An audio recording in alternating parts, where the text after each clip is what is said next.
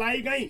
मोदी सरकार के द्वारा भी किसान हित के लिए कई योजनाएं चलाई गई, लेकिन उन योजनाओं का धरातल पर कोई खास स्थायी असर होता नहीं दिखाई पड़ा। इसलिए अब मोदी सरकार को जरूरत है कि किसानों की ज्वलंत समस्या के बुनियादी कारणों पर तत्काल गौर कर उन्हें अच्छी तरह से समझा जाए और फिर सरकार के द्वारा इन समस्याओं के समाधान की दिशा में ठोस प्रयास किए जाएं।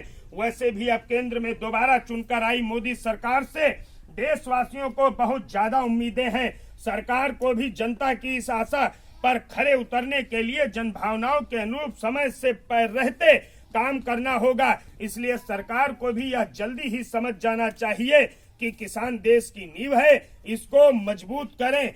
देश को मजबूत होना संभव नहीं, इसलिए देश की नींव किसानों की जिंदगी को खुशहाल बनाने के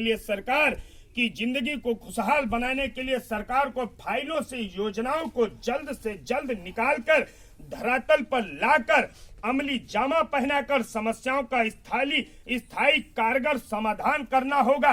तभी देश में खुशहाली व विकास का राम राज्य संभव है।